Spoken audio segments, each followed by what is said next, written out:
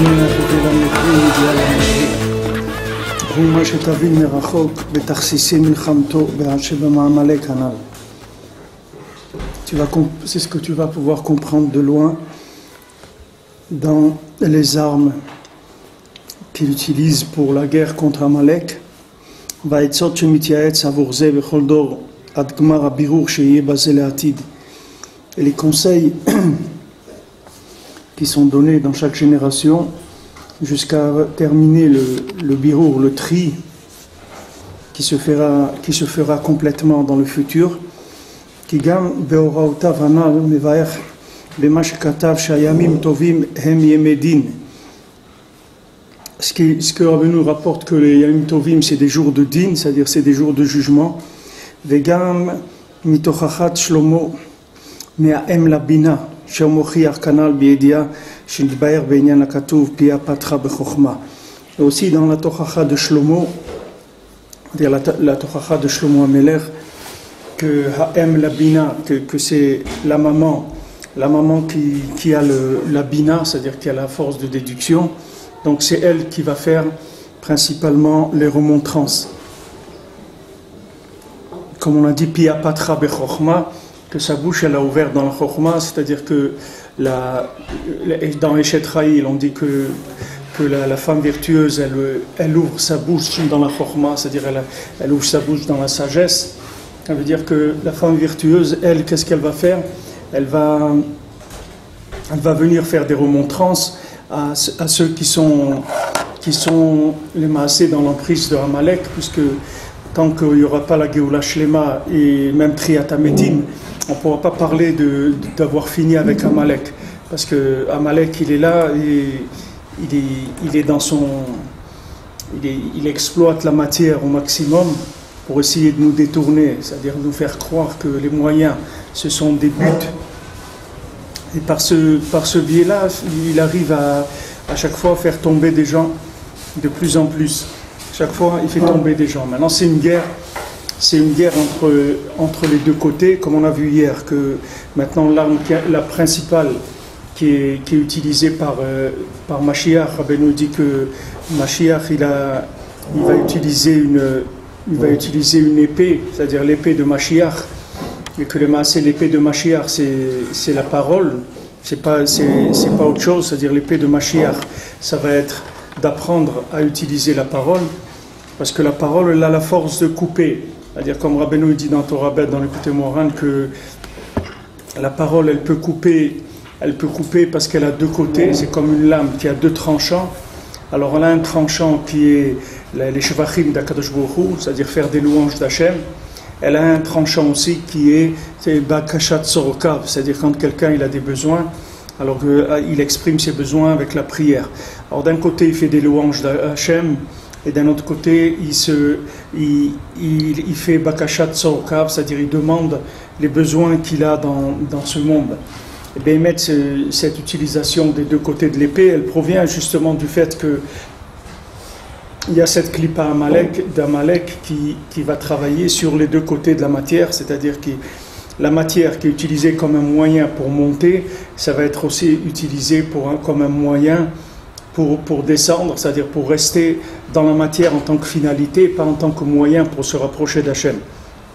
Donc maintenant l'attitude normale de quelqu'un, c'est d'avoir ses yeux levés vers Hachem, c'est ce qu'on appelle la sphira du Keter, qui est la couronne, que la couronne d'un côté elle va vers Hachem, c'est-à-dire les yeux ils sont portés vers Hachem, et d'un autre côté les yeux ils sont portés en bas vers les autres sphirotes pour être mashpia, pour donner aux sphirotes d'en bas ce qu'elles ont besoin.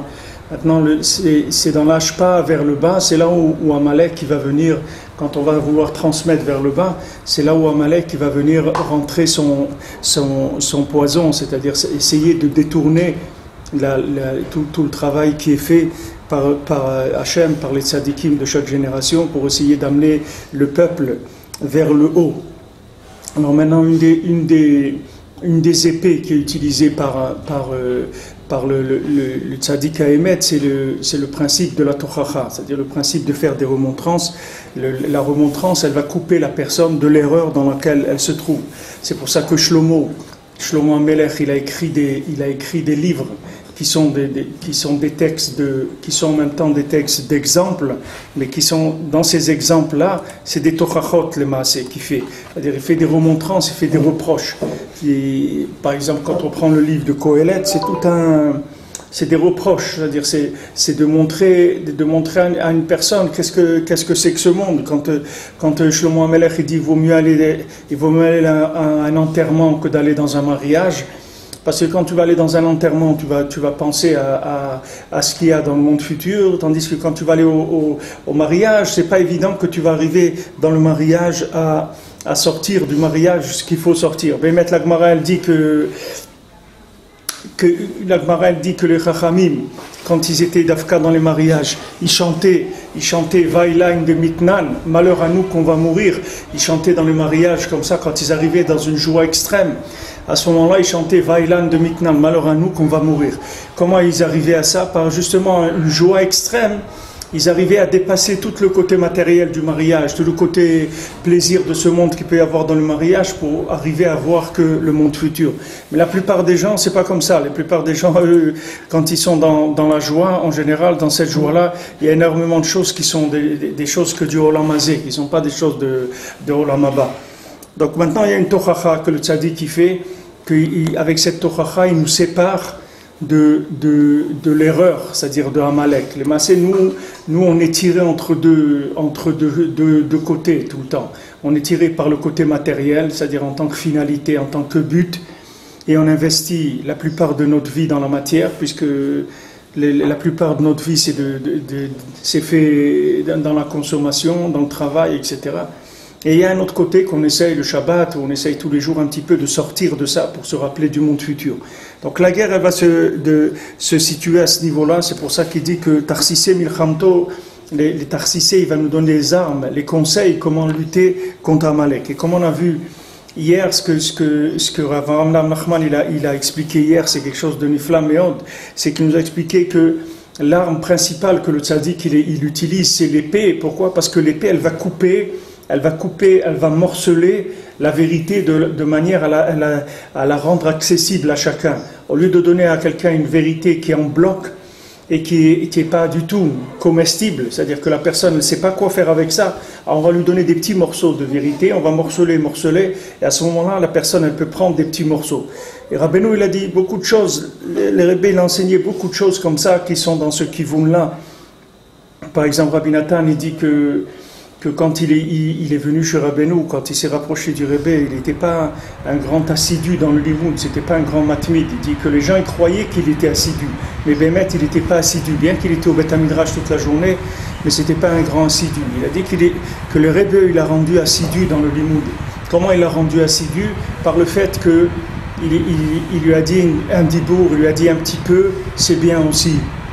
Un petit peu, c'est bien aussi. Alors maintenant, nous, dans la clipa qu'on est de Esav, lui, il dit qu'un petit peu, ça vaut rien. Chez Esav, un petit peu, ça vaut rien. Si tu n'es pas arrivé à faire la chose de façon parfaite, ça ne vaut rien. Ça n'existe pas un petit peu chez Esav. Ou tu as fait la chose comme il faut, ou tu ne l'as pas faite comme il faut. Mais cette clipa-là de Esav, c'est ça la clipa de Amalek. C'est-à-dire que la clipa de Amalek, elle montre à la personne que si elle n'a pas fait la chose de façon parfaite et complète, elle n'a rien fait du tout. Mais ça, c'est faux. C'est du sheker. Parce que dans la Torah, il n'y a rien de parfait. Un petit peu, c'est bien aussi. Quand on a fait un petit peu, c'est très bien. Maintenant, qu'est-ce qu'on va faire après? On va faire encore un petit peu. Et quand on a fait encore ce petit peu, on va faire encore un petit peu. Et encore un petit peu. Rabbi Nathan, il dit, avec des petits peu et des petits peu, toute la journée, le Massé, il est devenu quelqu'un qui ne bougeait pas de sa chaise d'études, et il faisait qu'étudier un petit peu. Mais toute la journée, un petit peu, et encore un petit peu, et encore un petit peu, et encore un petit peu, comme ça toute la journée. Tandis que maintenant, si quelqu'un, on lui dit, tu vas t'asseoir, étudier, 12 heures, tu ne bouges pas de la chaise, il va te dire, je ne peux pas. Alors il dit, 5 minutes, tu peux, 5 minutes, je peux. Ok, allez, assieds-toi 5 minutes. Alors il fait 5 minutes, il dit ça va, c'est bien passé, très bien. Tu peux faire encore 5 minutes? Ouais, allez. Alors encore 5 minutes. Et comme ça, il va s'asseoir 12 heures. Mais il ne s'est pas assis 12 heures, il s'est toujours assis 5 minutes, c'est tout. Pas plus. Lui, il a fait que des 5 minutes, c'est tout. Et Rabbeinu, c'est un concept qu'il a mis dans plusieurs endroits. Parce que lui-même, il dit qu'il n'arrivait pas à faire Avodat Hashem Il ne pouvait pas s'imaginer faire Avodat Hashem toute sa vie. Alors c'était trop dur. Alors il s'est dit, moi je vais faire Avodat Hashem un jour, c'est tout. Je vais servir Hashem un jour. Mais un jour, je vais, comme on dit, mettre le paquet à fond, tout ce que je peux faire un jour. Alors il dit, voilà, aujourd'hui je vais faire Avodat Hashem. C'est tout que aujourd'hui. Et quand la journée se finissait, le lendemain recommençait. Un jour seulement. Toujours un jour. Pas une vie, pas une semaine, pas un mois. Un jour. Un jour.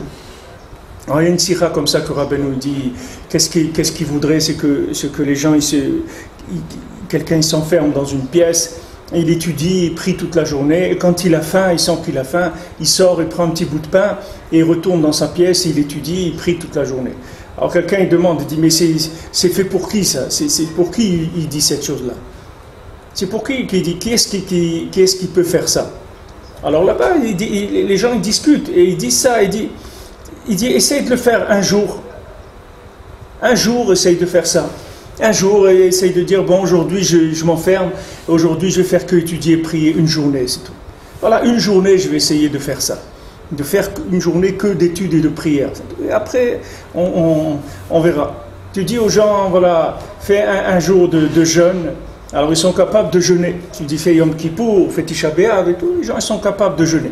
Tu lui dis, fais une journée, tu vas faire Hitbod et doute une journée entière, tu vas t'enfermer dans un endroit seul toute la journée, tu vas prier, tu vas étudier. Alors c'est très difficile, les gens ils n'arrivent pas à concevoir cette chose-là. Tu dis une seule journée, c'est tout, une, et après on verra. C'est une etza klalit que Rabbeinu il a donné. Rabbeinu il a donné ce conseil, klalit hayom im bekolot tishma'u. C'est la etza que Yohanavi il a dit, quand on lui a demandé quand est-ce que tu viens, Yohanavi, pour nous annoncer la Géoula. Il a dit Ayom bekolot tishma'u. Aujourd'hui, si vous écoutez sa voix, c'est-à-dire quand vous aurez compris qu'avec un jour, on peut arriver à tout faire, mais un jour seulement, alors à ce moment-là, Mashiach il viendra tout de suite. Parce que tout votre problème, c'est que vous croyez que vous devez vous engager sur une vie entière. Vous ne vous engagez pas sur une vie, engagez-vous sur un jour. Vous pouvez vous engager sur un jour. Alors, il y a des gens qui disent un jour c'est trop. Une heure, vous pouvez vous engager. Une heure, on peut. Alors voilà, on va faire une heure.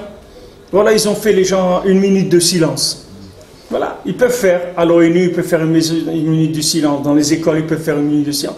On va faire une minute de silence. On peut faire une minute d'Hitbod et doute, 5 minutes d'Hitbod et doute, un quart d'heure d'Hitbod. Mais rien qu'aujourd'hui, c'est tout. Que un jour, c'est tout. Parce que ça, c'est l'arme pour lutter contre Amalek. Parce que Amalek, lui, sa clipa, c'est comme la clipa des Grecs, c'est aux Jeux Olympiques, il n'y a pas des prix de consolation. C'est-à-dire celui qui s'est présenté aux Jeux Olympiques, ou il a gagné, ou il a perdu. Maintenant, celui qui a perdu aux Jeux Olympiques, il s'est préparé autant que celui qui a gagné, peut-être plus même. Ça n'a pas de rapport avec le travail qui a été fourni, mais seulement, voilà, celui qui va monter sur l'Ersad et recevoir la médaille d'or, il y en a un seul, c'est tout. Et tous les autres, s'il y avait 300 participants, on n'en parle même pas, ils n'existent même pas. Parce qu'on cherche quoi? La réussite, la perfection. Celui-là, il est arrivé, il a gagné. Et les autres, c'est rien. Dans la Torah, c'est pas comme ça. Mais malheureusement, comme on trempe dans Amalek, comme on vit dans la clipa de Amalek, de Esav Amalek, on vit avec cette mentalité-là, de perfection. Alors tu as fait ça, tu as fini le chasse, tu as fini ça, tu as fait... Non, j'ai rien fait moi. Qu'est-ce que j'ai fait? Moi j'ai fait une ligne de Gemara, c'est tout. Et c'est bien. Pourquoi une ligne de Gemara, c'est pas bien? C'est nifla une ligne de Gemara. Ouais, mais qu'est-ce que tu vas faire avec une ligne? Mais c'est nifla une ligne de Gemara. Bon, Hachem, il y a des gens, la plupart des gens sur Terre, ils n'ont jamais fait une ligne de Gemara. Moi j'ai déjà fait, bon Hachem, une ligne. Et je me prépare, je vais en faire une deuxième même. Et après je vais en faire une troisième. Voilà, le monsieur qui est mort, il a fait le sioum d'un daf de Gemara. Il a dit à son fils qui avait fait tchouva, il a dit à son fils, je veux que tu m'apprennes la Gemara. Il dit, mais papa, tu n'as jamais étudié dans ta vie? Il dit, oh, je veux apprendre une page, tu m'apprends un daf de Gemara, c'est tout. Un daf de pages de Gemara, c'est tout ce que je veux que tu m'apprennes. Et le fils, il s'est assis avec lui, il a appris, et quand il a fini le daf, il a dit, je vais faire un sioum. Je vais faire un repas que j'ai fini un daf de Gemara. Il a invité tout le monde, et même le Rav Moshe Feinstein, à Shalom, il est venu à ce sioum, mais il a dit que c'était un sioum extraordinaire de quelqu'un qui a fait un daf de Gemara. Et après, ce monsieur, il est mort. Après qu'il a fait ce sioum-là, il est niftar, ce monsieur. Ça veut dire qu'il a fait ce qu'il avait à faire dans le monde, il a fait un daf de Gemara. Alors maintenant, si c'était dit, comme on lui a dit, mais qu'est-ce que c'est un daf de Gemara? C'est rien du tout. Ben, ce monsieur-là, il n'aurait pas fait son tikkun, parce qu'il est venu dans le monde pour faire un daf de Gemara, c'est tout. Maintenant, il l'a fini, il est parti, c'est tout. C'était tout ce qu'il avait à faire. Maintenant, pour arriver à concevoir qu'un petit peu c'est bien, il faut couper la vérité, il faut la morceler. Il ne faut pas chercher une vérité qui soit complète et parfaite. Il faut chercher des morceaux de vérité. Pour ça que Rabbeinu l'a dit, je vais vous faire des petits groupes, qui totent, je vais vous faire des classes. C'est-à-dire, je ne vais pas vous prendre tous ensemble. Je vais faire des classes, une classe là, une classe là-bas, une classe là-bas. Des morceaux de gens. Il y a des gens, ils vont être comme ça, d'autres ils vont étudier beaucoup, d'autres ils vont prier beaucoup, d'autres ils vont faire beaucoup de tzedaka, d'autres ils vont faire du chesed. Chacun, il va faire ce qu'il va faire et il va avoir un morcellement de la vérité de manière à ce que ça ne soit pas un bloc. Parce qu'un bloc, on ne peut pas y arriver. Et maintenant, toute la présentation de Amalek pour nous donner Khalishut Ada, c'est-à-dire pour nous affaiblir, pour nous donner du désespoir, qu'est-ce qu'il va faire Amalek? Il va dire, si tu as fait un petit peu, tu n'as rien fait du tout. Un petit peu, c'est rien. Et Rabban Nachman, il dit non, un petit peu, c'est bien. Un petit peu, c'est pas rien. Un petit peu, c'est bien. Et encore un petit peu, c'est bien. Et encore un petit peu, c'est bien. Et voilà, tu t'habitues à faire que des petits peu. Et tu vas voir que si tu t'assois à étudier, tu peux t'asseoir à étudier 6 heures sans bouger d'une chaise que par des petits peu. Alors que si on te dit tu vas t'asseoir 6 heures, tu dis je peux pas. Et les massés, on va te montrer que oui, tu peux. Oui, tu peux. Mais seulement, il faut que tu étudies toutes les quarts d'heure, 20 minutes, tu changes de livre. Il ne faut pas que tu restes avec un livre pendant 6 heures. Tu peux pas. Parce que tu n'as pas la force de rester sur une chose pendant 6 heures. Mais maintenant, un quart d'heure, 20 minutes, tu peux. Tu fais un quart d'heure, 20 minutes, tu changes de livre. Encore un quart d'heure, 20 minutes, tu changes de livre. Et tu peux étudier toute la journée comme ça. Tu peux rester assis et étudier toute la journée. Et tu ne sens pas le temps passer, et tu ne t'ennuies pas, et tu ne te fatigues pas. Parce qu'il y a un renouvellement qui se fait tout le temps, parce qu'il y a un morcellement de la vérité. C'est-à-dire que maintenant, un petit peu, tu arrives à capter. Plus, tu n'arrives pas. Comme le manger. On te met un steak, tu ne veux pas le manger. Tu dois couper avec des petits morceaux. Maintenant, tu coupes des petits morceaux, tu manges tout le steak. Maintenant, la Torah, c'est pareil. Tu coupes, tu prends des petits morceaux. Tu fais 20 minutes de Gemara, 20 minutes d'Alacha, 20 minutes de Moussa, 20 minutes de Chumash, 20 minutes de Tfilot, 20 minutes de Etzot, 20 minutes, que de 20 minutes, 20 minutes, 20 minutes, 20 minutes. Tu vas voir, il y a 6 heures qui sont passées, tu ne les as même pas vu passer. Beaucoup de Breslevers, ils faisaient comme ça. Beaucoup de Breslevers, après la tfila le matin, ils mettaient à côté d'eux une pile de livres comme ça. Tant que la pile, elle n'était pas passée de l'autre côté, ils restaient au Beth Midrash. Et voilà, 20 minutes, la paracha, tac, 20 minutes Alacha, tac, 20 minutes la Gemara, tac, 20 minutes Moussa, tac. Comme ça, je vois que toute la pile, elle descendait, elle était passée de l'autre côté. Après, ils allaient travailler, ils allaient faire ce qu'ils avaient à faire. Et comme ça, ils finissaient tous les livres. Tous les livres. Alors, Scherter, il m'a dit comment il a fait tout le Tanakh, 3 psukim. Chaque repas, il fait toujours 3 psukim de Tanakh. De Torah, Vim, Ktuvim. 3 psukim. Alors, il mange 3 fois par jour, 3 psukim, il fait avec Rashi. Et comme ça, il finit tout le temps le Tanakh, sans arrêt. Il le finit, il le recommence, il le finit, il le recommence. Et qu'est-ce qu'il a fait, les maasés? Il ne s'est jamais assis étudier plus que 5-6 minutes, c'est tout. Ça ne prend pas plus que 5 minutes d'étudier 3 psukim de Tanakh avec Rashi. Mais il l'a fait, et il le finit sans arrêt. Et tu vas voir qu'à la fin, tu arrives à la fin du livre, tu l'as fini le livre. Et les maasés, combien tu as étudié? Tu n'as jamais étudié plus que 5 minutes. C'est un sod, c'est pas ça paraît simple, mais c'est un sod de pouvoir faire descendre ça dans le monde. C'est un secret comme ils disent, diviser pour régner. C'est ce principe-là dans la Kedusha. C'est-à-dire on coupe les choses en morceaux, et de ces petits morceaux-là, on va construire une perfection, avec ces petits morceaux-là. Et ça, c'est une arme qui va détruire Amalek, parce qu'Amalek, lui, il parle de grandes choses, de grands projets, de perfection, de choses réussites, mouchlemet, des choses complètes. Et nous, on ne va pas aller vers ça. Nous, on va aller vers un petit peu.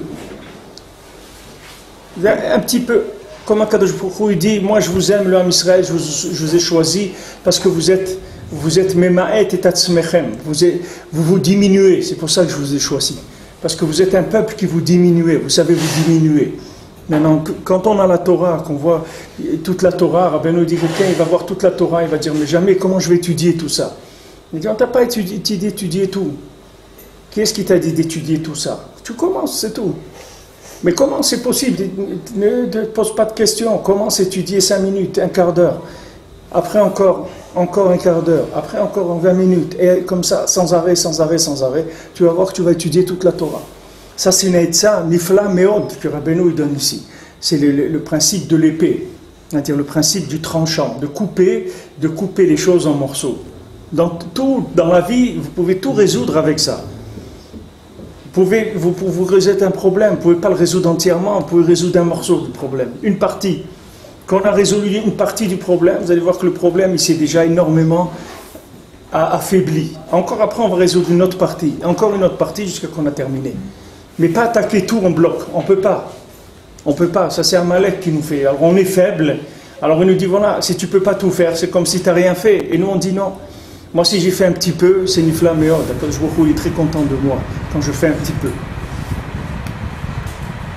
Le'avin aktuvim shalosh pa'amim bashana. Alors maintenant, il va parler de ce qu'il y a écrit dans la Torah que 3 fois dans l'année, on doit monter au Beth Amikdash dans les 3 fêtes. Ve'le'uru panay rekam. Il ne faut pas qu'ils viennent les mains vides au Beth Amikdash, c'est-à-dire il faut qu'ils amènent des korbanot. Kidaika betzedek. וצדקה ובצירוף המבואר בדברי חז"ל המבוארים בפנים שלקבלת אור פני הרע והנכלל בו יתברך מוכח תיקון הרגליים הנ"ל הרגלים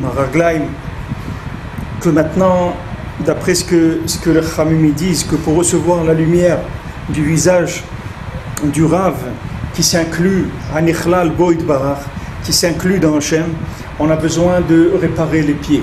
Parce que maintenant, quel est le principe du Rav? Le principe du Rav de la génération, c'est celui qui s'est inclus entièrement dans Kadosh Baruch Hu. C'est celui qui est devenu complètement transparent par rapport à Hachem. C'est celui qui est maintenant dans le monde, il s'appelle Isha Elohim, c'est-à-dire c'est un homme, mais c'est un homme divin. C'est-à-dire qu'il est entièrement inclus dans la divinité. Maintenant, nous, on doit faire la même chose. Nous, on va aller recevoir le visage du Rav. Ce qu'on va faire maintenant principalement, par exemple, maintenant, quand Pessah arrive, ce qu'il faut dans le Régel, dans la fête de Pessah, c'est de recevoir le visage de Moshe Rabbeinu, le visage du Tzaddik Ador. C'est ça Pessah. C'est ça recevoir Pessah.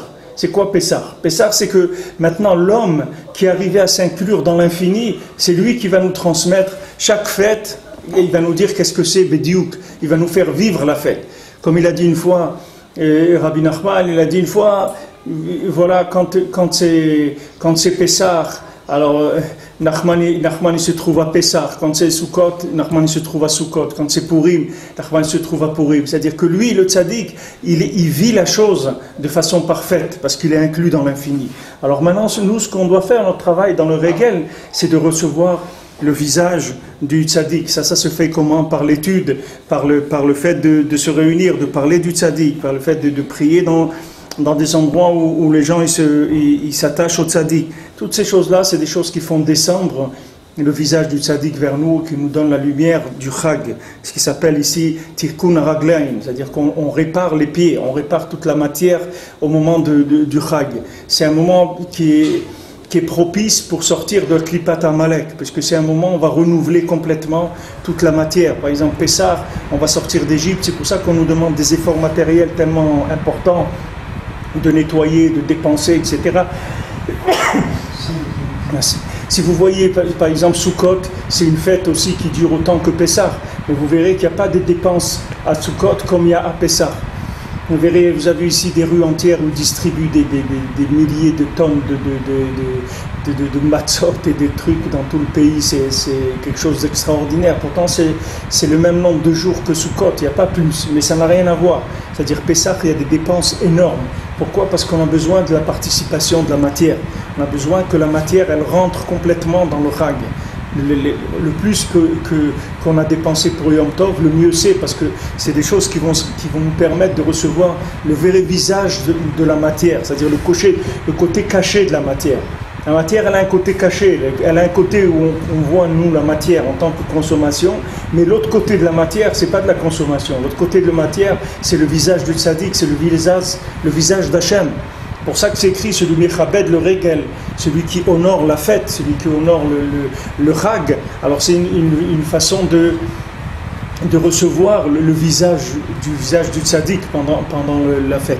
Le fait d'honorer la fête, le fait que quelqu'un il achète du bon manger, il achète des beaux habits, etc. Tout ce qui peut honorer la fête, tout ça, ça va lui donner une vision du visage du tzaddik qui s'appelle Isha Elokim. Tavin merachok shekol tikun hamaaser lekabel al yado ribui haosher dikdusha. Que maintenant tout le lien du maaser qu'on dit Aser, que tu t'achères, te donne maaser pour que tu deviennes riche, c'est-à-dire comment le maaser dedans, il y a le mot ashirut. Comment maaser, qui est le dixième, la dîme, quand on donne 10% de ce qu'on gagne, comment ça nous rend riche? Les maaser, quand on donne 10% de ce qu'on gagne, pourquoi ça enrichit? Parce que ça débarrasse du côté consommation qu'il y a dans l'argent. C'est-à-dire c'est un nettoyage de l'argent. Ce 10%, c'est pas pour les 10% qu'on le donne, c'est pour les 90% qu'on donne le 10%.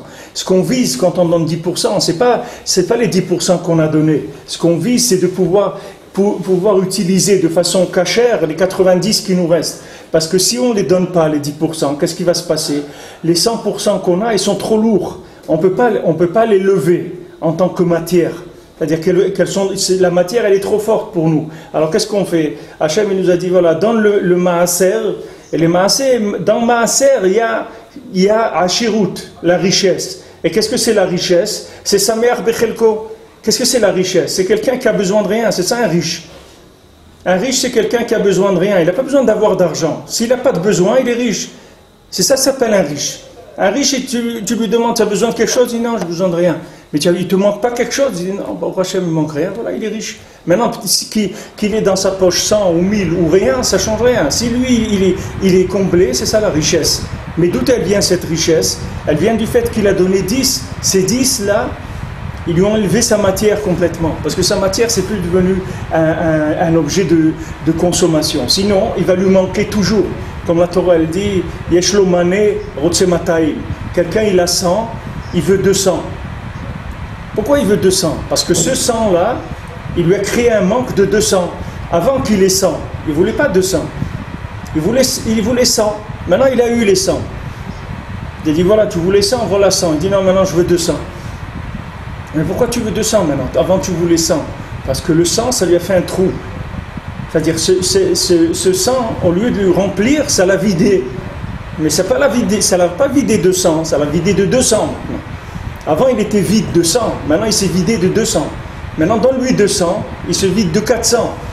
Donc, qu'est-ce que tu fais? C'est que tu l'appauvris chaque jour. Chaque fois que tu lui donnes, il devient de plus en plus pauvre. Pourquoi? Parce qu'il lui manque. Avant, il voulait une maison. Il dit, tu veux une maison? Ah, si j'avais une maison, ce serait super. Et tout. Tu es sûr? Il dit, ah, si j'ai une maison en Israël, mais je serais l'homme le plus heureux de la terre. Il dit, bon, voilà, tu as une maison.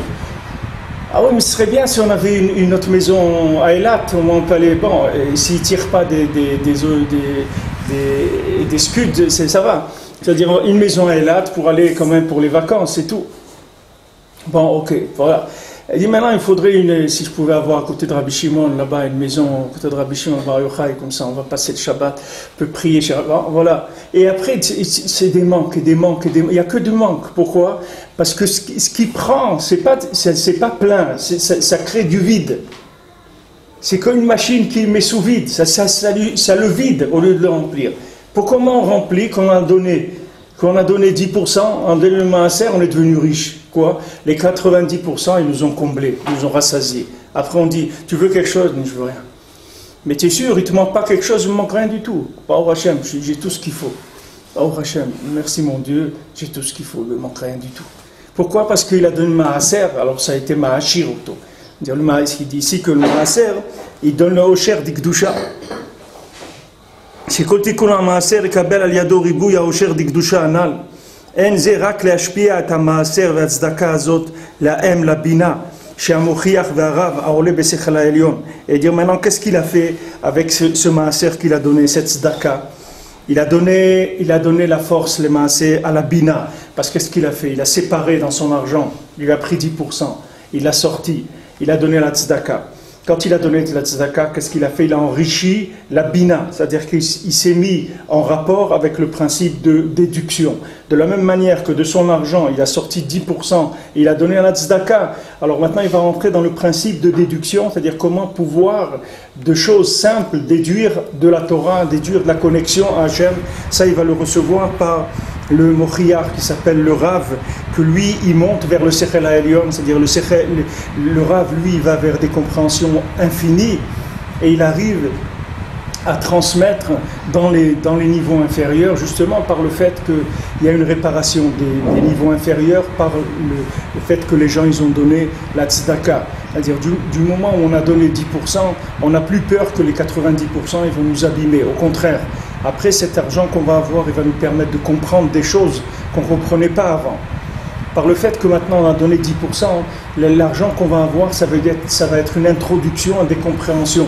Ça va au contraire nous ouvrir l'esprit, l'argent qui nous reste. Parce qu'on va rentrer dans le principe de la bina. Asher gam panav lo yi'u klal beyadayim rikoniot chas v'shalom. Quand on va miser le Sefer Aleph Bet, comme c'est écrit dans Sefer Amidot, là-bas dans Tzadik, là-bas Rabbeinu dit dans Sefer Amidot que c'est bien qu'on va voir le tzaddik, de lui amener quelque chose, un cadeau, quelque chose, de ne pas venir de la même manière qu'on ne monte pas au Beth Amikdash avec les mains vides. C'est-à-dire quand on allait au Beth Amikdash pour Shalosh Regalim, on amenait toujours un korban reïa, un korban du regel. Il ne fallait pas venir les mains vides. C'est ce qui a marqué Altiru et Panay Rekam, ne venez pas voir mon visage vide, avec les mains vides. Alors dans ces mots-là, il y a toute la Torah là, que Rabbeinu l'a dit, puisque on va pour voir le visage d'Hachem à travers le visage du tzaddik, c'est le visage d'Hachem qu'on va voir mamash. Donc il ne faut pas venir les mains vides, c'est-à-dire qu'il faut amener un korban.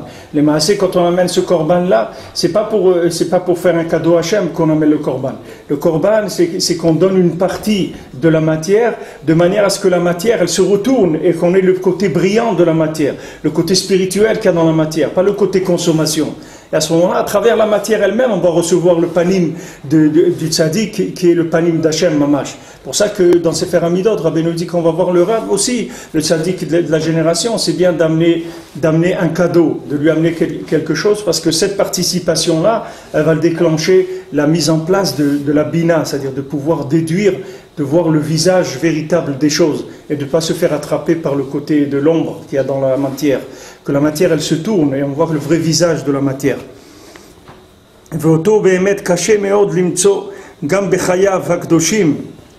Maintenant, le tzaddik, c'est très difficile de trouver, même quand le tzaddik il est vivant, il est fermé, il est caché.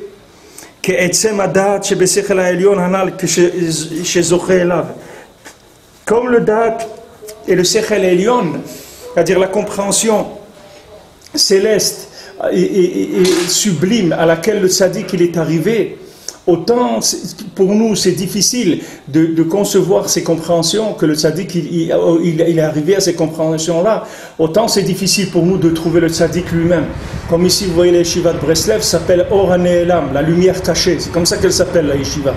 Parce que Rabbeinu il s'appelle Or HaNe'elam, Rabbi Nachman il s'appelle la lumière cachée, parce que c'est très très difficile de le trouver. Ne croyez pas, les gens vont à Breslev, ça, il y a de la musique, les gens ils dansent, ils disent ça, il y a Tikkun HaKlali, il y a ça, il y a l'autre. Mais de trouver Rabbi Nachman, c'est très difficile, parce que trouver Rabbi Nachman, ça veut dire trouver le visage d'Hachem mamash. Ne croyez pas que c'est pas chaud, il dit même de son vivant, c'était très difficile de le trouver. Même de son vivant, c'était très difficile. Comme quelqu'un, une fois, il a dit à Rabbi Nathan, toi tu as connu Rabbeinu, c'est pas comme nous on n'a pas vu Rabbeinu. Alors Rabbi Nathan lui a dit, qui est-ce qui a connu Rabbeinu? C'est Yossele Paronik, celui qui faisait traverser Rabbeinu, il l'a amené de l'autre côté quand Rabbeinu l'avait fait Ritbodédout, il l'a amené avec une barque, il lui faisait traverser le fleuve, il l'a amené de l'autre côté, un passeur. Et il s'appelait Yossele Paronik, ce passeur. Alors Rabbi Nathan lui a dit, qui est-ce qui connaissait Rabbeinu? Yossele Paronik, il le connaissait, et voilà, il l'a amené à chaque fois. Qu'est-ce qu'il le connaissait? Il connaissait quoi? Il a vu un corps, des vêtements, il a vu quoi? Alors il lui a dit, Chokhmat Adam yeta'ir panav, la Chokhma d'un homme, elle éclaire son visage. Le visage du tzaddik, c'est sa Chokhma, c'est sa Torah, c'est ça le visage du tzaddik. Il dit, étudie l'écoute Moran, tu vas le voir. Tu vas voir Rabbi Nachman, cherche Béhémet dans l'écoute Moran, tu vas le voir. Mais il dit que c'est très difficile. כמובן מזה במקום אחר, ובכל שכן וכל שכן, כשנסתתר ונסתלק לגמרי. Il dit, il y a plus forte raison quand le tzaddik il s'est caché, il était mistalek, quand le tzaddik il a quitté le corps. Le corps encore, c'était comme on dit, c'était au moins une base de référence. C'est-à-dire qu'au moins, quand on allait voir le tzaddik, il était dans son corps. Au moins, il y a la consolation du corps, au moins on le voit, etc. On peut espérer un moment voir quelque chose, etc. Et il dit maintenant qu'il a laissé son corps aussi, c'est-à-dire qu'on doit chercher que l'âme, c'est encore plus difficile que quand il était dans son corps. Alors, ce qu'il dit, qu'est-ce qui nous reste maintenant? La lumière du visage de sa chokhma et de sa neshama, le visage de sa sagesse et de son âme. Qui sont habillés, qui sont présents dans les livres de Rabbi Nachman. Que sur ça, Rabbeinu il a ordonné et il met en garde beaucoup. Alors il dit ici, il rapporte plusieurs endroits où qui fait référence sur ce lien-là, que comment Rabbeinu il a mis en garde d'étudier ces livres, parce qu'il n'y aura pas d'autre possibilité de le trouver. C'est-à-dire, il ne faut pas croire que quelqu'un va le trouver autrement que ça. C'est-à-dire, si quelqu'un il n'approfondit pas, il ne rentre pas dans les textes de l'écouter Moharan, il ne se casse pas la tête et le cœur et qu'il ne demande pas à Hachem de pouvoir rentrer mamash pour voir le visage du tzaddik, il ne va pas le trouver. Parce que déjà, quand il était vivant, c'était pas facile. Mais maintenant qu'il a laissé son corps et qu'il y a de présent que son âme, son esprit et son âme, alors c'est encore plus difficile. Mais ils sont là, son esprit et son âme, ils sont là. Ils sont dans les livres, il les a laissés. C'est pas qu'il est parti. Il a dit je reste avec vous, mais seulement il faut le chercher. C'est pas quelqu'un quand il voit le tzaddik dans son corps, alors il peut croire. Et il dit voilà, moi j'ai été chez Rabbi Nachman, je l'ai vu et tout, alors comment c'était, ouais, c'était super, etc. Et tout. Maintenant il ne sait pas qu'est-ce qu'il a vu, qu'est-ce qu'il n'a pas vu. Parce qu'il a vu un emballage du corps. Mais maintenant que le tzaddik il n'a plus d'emballage du corps, celui qui va le trouver, il va le trouver dans le texte, il ne va pas le trouver ailleurs. C'est dans la chokhma qu'il va le trouver. Prinat Moshe Anal, Al mitzvat ribuy aktav ve'atfus shel sfarav. Maintenant, c'est le nial que Rabbeinu il a parlé du nial du tfus, d'imprimer ses livres. Il a dit il faut imprimer les livres. Rabbi Nathan il a dit le quart de votre travail ça va être d'imprimer les livres.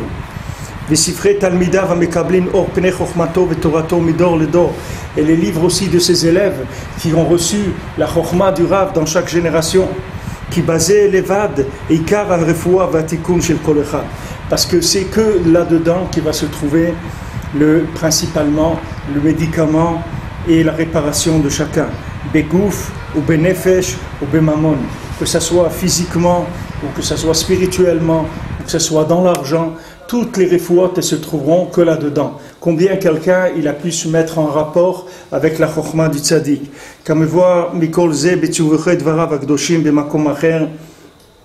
Comme c'est écrit dans les paroles de Rabbeinu dans d'autres endroits, il rapporte ici d'autres, que ce soit dans l'écouter Moran ou bien dans une lettre qu'ils ont écrit les Breslevers au moment où Rabbi Nathan il est décédé, qu'il a dit le quart de votre travail maintenant ça sera d'imprimer les Sfarim. Il dit pourquoi imprimer les Sfarim? Bien sûr pour les étudier, c'est pas imprimer les Sfarim pour les imprimer, c'est pour les étudier. C'est-à-dire le but c'est d'imprimer les Sfarim pour qu'ils soient à la portée de chacun, que tout le monde puisse les étudier. Qui basait les vad ikar tikun tzedaka anal. Parce que ça seulement, c'est le tikkun de la tzedaka. C'est-à-dire que maintenant, quand quelqu'un est dans la tzedaka pour ça, c'est-à-dire pour imprimer les livres de Rabbi Nachman, donc ça il dit que c'est l'ikar de la tzedaka. Pour être soigné et réparé grâce à tzedaka maintenant aussi. C'est-à-dire que quand maintenant quelqu'un il a donné la tzedaka pour diffuser un livre de Rabbi Nachman, pour diffuser un enseignement de Rabbi Nachman, qu'est-ce qu'il a fait? Et il a permis au visage du tzaddik d'être connu dans le monde. Ça va réparer son argent. Begouv et Nefesh Memamon, et il va se réparer aussi physiquement, spirituellement et dans son argent. Comme c'est écrit dans les paroles de Rabbeinu dans un autre endroit. Donc voilà, ici on a fini le Biura Likuti. On a fait, il y a beaucoup de choses à dire sur ce qu'on a vu maintenant. Le Ikar, on l'a dit maintenant. Alors maintenant on va continuer juste ici Magid Sirot, le Zman qui nous reste. Je vais faire rapidement le texte qu'il y a là. Et après, Bezrat Hashem, on va recommencer la Torah. Comme je vous ai dit qu'on fait toujours ça, qu'on fait une Torah Beyoun comme ça. Maintenant, ça fait plus d'un an qu'on est dans cet enseignement-là. Donc maintenant, tous les éléments qu'on a pu prendre tout au long de ces explications, maintenant on va les remettre dans le texte de base qui est la Torah. C'est-à-dire maintenant on va revenir sur la Torah, on va essayer de chaque chose qu'on a vue, de la replacer dans son contexte dans la Torah. Alors, Ba'et She'amar Torah Mishra Disakina Siman Lamed, Shabbat Chanukah Taksaz. Quand Rabbeinu il a dit cette Torah-là, Lamed, la Torah 30 qu'on a étudiée, qui s'appelle Mishra Disakina, c'est-à-dire une plaine de couteaux, qui est la Torah 30, Rabbeinu a dit cette Torah Shabbat Chanukah de l'année Taksaz dans Souda Shlishit de Shabbat. Veitri la Torah le pasuk Vahim Iketz, et il a dit cette Torah dans le pasuk de Vahim Iketz, c'est-à-dire dans Shemot, dans le Nyan de Paro. Velo Gamar les galot Piroucha pasuk Ershayecha Torah Azot le pasuk. Maintenant, quand il a fini la Torah, Rabbeinu il n'a pas dit comment cette Torah-là, elle était shayechet avec le pasuk, c'est-à-dire comment d'habitude Rabbeinu qu'est-ce qu'il fait? Il dit un pasuk au début de la Torah, après il dit toute la Torah, après il fait rentrer toute la Torah dans le pasuk qu'il a dit au début. Mais là, il a dit le pasuk, il a dit la Torah, après il n'a pas remis la Torah à l'intérieur du pasuk. Et donc le Motzei Shabbat de Shabbat Chanukah, après l'Avdallah, il a parlé avec les Chassidim, il a dit Sheim haya rotze lesayem haTorah al pasuk anal.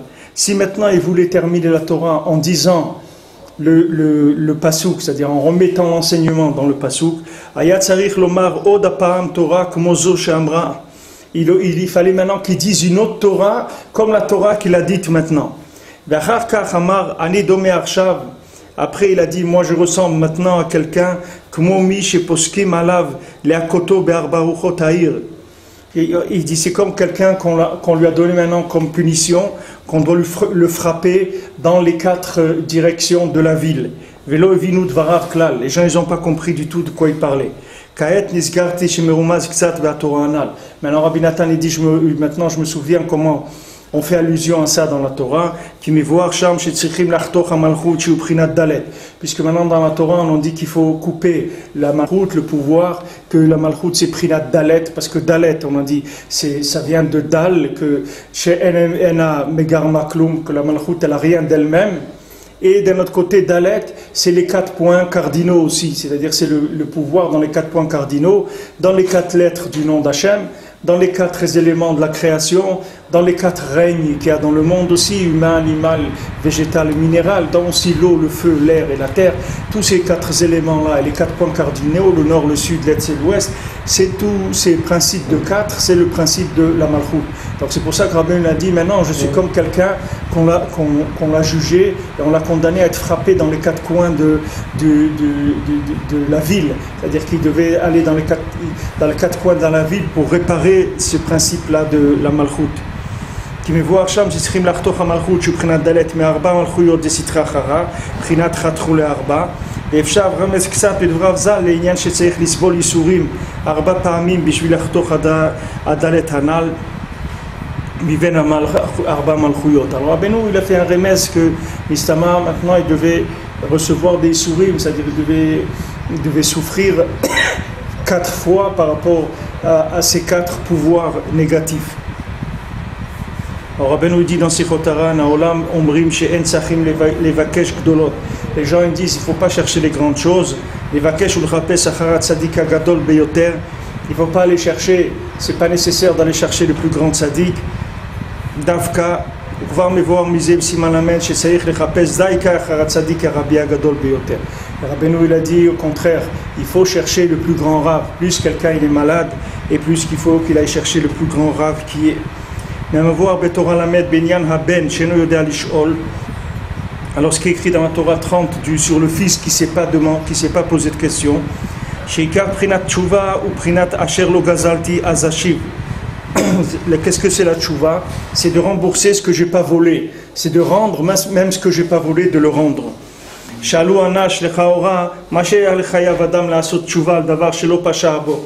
Alors les gens ils ont dit que qu'est-ce que c'est shayach, que quelqu'un va faire tchouva sur quelque chose qu'il n'a pas fait, une avéra qu'il n'a pas faite. Comme quelqu'un tu dis rembourse une dette, il a jamais, c'est pas lui qui a volé. Pourquoi tu lui dis de rembourser?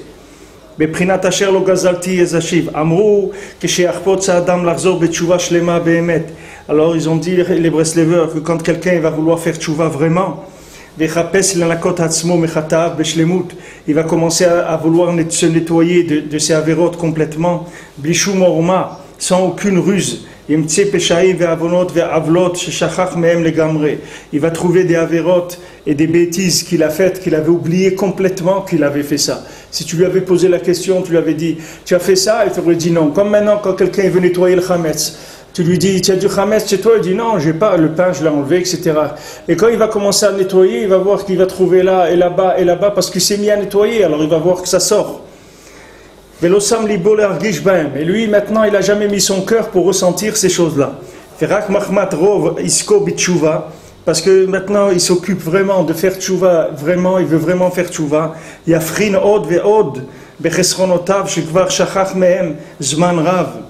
Il va maintenant commencer à découvrir des problèmes qu'il avait complètement oubliés de ces choses-là depuis longtemps. Et sur ces choses-là aussi, il doit faire tchouva. Et c'est ça que ce que j'ai pas volé, je vais le rembourser. Et si maintenant il va être bodek, il va voir que Béhémet il a volé. Et avant il croyait qu'il n'avait pas volé, qu'il était quelqu'un d'honnête, etc. Maintenant quand il va chercher vraiment, alors il va voler.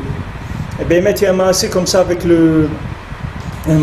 c'était avec le comment il s'appelle le Maguid, un grand tzaddik il y avait un grand tzaddik, je ne me rappelle plus le nom maintenant, mais dans sa communauté il y avait deux marchands qui étaient associés et que après ils se sont séparés et un il a traité l'autre de voleur. Maintenant, les deux, c'était des gens honnêtes, c'était des bons juifs, etc., qui étudiaient la Torah et tout. Alors bon, ils se sont séparés, un, il a traité l'autre de voleur. Maintenant, celui qui a été traité de voleur, il est mort. Quand il est arrivé devant le Beldin Shelma, alors c'était quelqu'un qui était honnête, qui n'avait pas de problème. Et il a dit voilà, moi je veux qu'on me fasse le din, parce que mon associé m'a traité de voleur et c'est pas vrai, moi je suis pas un voleur. Alors devant le Beddin chez le malin, il lui a dit regarde, ton associé et tout, il est encore vivant, il a une famille, etc. Il laisse tomber, c'est tout, il soit mochel, etc. Il a dit non, moi je veux pas être mochel, moi je veux le din, je veux avoir un jugement. Qu'on me dise, moi, j'ai jamais volé, je veux pas qu'on me traite de voleur, c'est du mensonge. Bon, alors il a insisté comme ça devant le Beddin Shelma. Alors il y a un ange qui est venu et qui lui a dit, tu te rappelles, il lui dit, moi je suis l'ange qui venait, il y avait une personne de la communauté qui venait vérifier chaque année la tzedaka que chacun y donnait. Donc maintenant, comment il faisait? Il y avait ce qui s'appelle un parnes haïr, c'est-à-dire quelqu'un qui s'occupait de gérer la tzedaka de la communauté. Il venait chez chaque personne et il lui demandait quels avaient été ses gains cette année pour savoir s'il devait donner moins de tzedaka, plus de tzedaka, comme l'année dernière, etc. Alors il dit, moi je suis venu chez toi telle année, et je t'ai demandé, est-ce que tu as gagné plus que l'année d'avant? Tu m'as dit oui. Et c'est pas vrai, tu m'as dit non, tu n'as pas gagné plus que l'année d'avant, tu as gagné la même chose. Donc tu as donné la tzedaka comme l'année d'avant. Et c'était pas vrai puisque tu as gagné plus, tu avais gagné plus que l'année d'avant. Donc tu vois qu'il t'a traité de voleur, et c'est vrai parce que tu es un voleur puisque tu as volé la tzedaka. Alors l'autre il a eu très très honte, etc. Alors qu'il lui avait demandé en haut de laisser tomber. Lui, il a cru que quand on lui a dit de laisser tomber, c'était pour l'autre qui le faisait. Mais c'est pas pour l'autre, c'était pour lui qui le faisait. C'est-à-dire, quand on lui a dit laisse tomber, il aurait été laissé tomber, il n'aurait pas eu cet affront-là. Là, c'est pareil. Il dit quelqu'un, on lui dit tu as volé, il dit non, moi j'ai jamais volé. Il dit mais il faut faire tchouva. Il dit c'est quoi il veut faire tchouva? Moi j'ai jamais volé personne. Il dit ah bon, je n'ai jamais volé personne, tu vas voir, on va te prouver que tu as volé. Pour ça, il dit que si quelqu'un il fait vraiment tchouva, on va lui montrer des choses que lui-même il ne s'est pas rendu compte qu'il les a faites. Il a oublié complètement qu'il a fait ces choses-là. Ça lui est sorti complètement de l'esprit. Il y a du temps qui est passé, des choses, il ne savait pas. C'est pour ça qu'il a l'impression qu'il rembourse quelque chose qu'il n'a pas volé. Mais les massés, il a volé. Il rembourse quelque chose qu'il a volé. C'est une impression qu'il croit. C'est-à-dire que c'est une façon de parler qu'on lui dit tu vas rembourser ce que tu n'as pas volé. C'est-à-dire ce que apparemment aujourd'hui tu crois que tu n'as pas volé, tu vas le rembourser parce que tu vas te rendre compte que oui, tu l'as volé. C'est-à-dire en cherchant vraiment, tu vas faire ressortir, comme Rabbeinu dit, que la tfila, c'est Mesougal les Zikaron, que quelqu'un, quand il prie pour faire tchouva, on va lui donner qu'il va se rappeler tout ce qu'il a fait dans sa vie pour pouvoir réparer.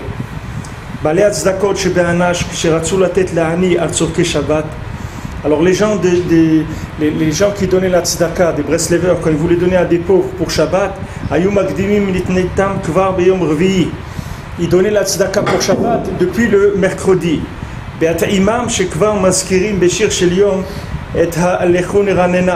Comment il disait ça? Il disait que maintenant, le mercredi, quand on fait le chant du jour, le mercredi dans la prière, dedans il y a l'Echon Eranena, le mercredi, dans le Shir Shel Yom, du jour du mercredi. Et l'Echon Eranena, c'est le chant qu'on dit aussi à la rentrée de Shabbat. Alors il disait sur ça que quelqu'un, s'il veut aider un pauvre pour Shabbat, il faut qu'il lui donne déjà depuis le mercredi l'argent. Comme ça, il a le temps de faire ses courses pour le Shabbat. Shomrim ota bel Shabbat, les ramez, shekvar beyom rvi, matril arata Shabbat. Pour dire voilà, sache que l'Echon Eranena, depuis mercredi, on le dit déjà. Ça veut dire depuis mercredi, le Shabbat, il commence à rentrer déjà, le Shabbat à venir. Comme ils ont dit les Chachamim, que depuis mercredi, le Shabbat qui vient venir après, il rentre déjà. Veyot shekol shlemut tzedaka ou beshabbat. Et comme maintenant toute la tzedaka parfaite, c'est celle de Shabbat, comme on voit Torah Lamed Aleph, comme Rabbeinu il dit dans la Torah Lamed Aleph, dans Bezrat Hashem, c'est la Torah qu'on va faire après. C'est pour ça qu'il commençait déjà à donner la tzedaka depuis Yom Rvi, c'est-à-dire qu'il commençait le mercredi déjà à donner la tzedaka pour le Shabbat.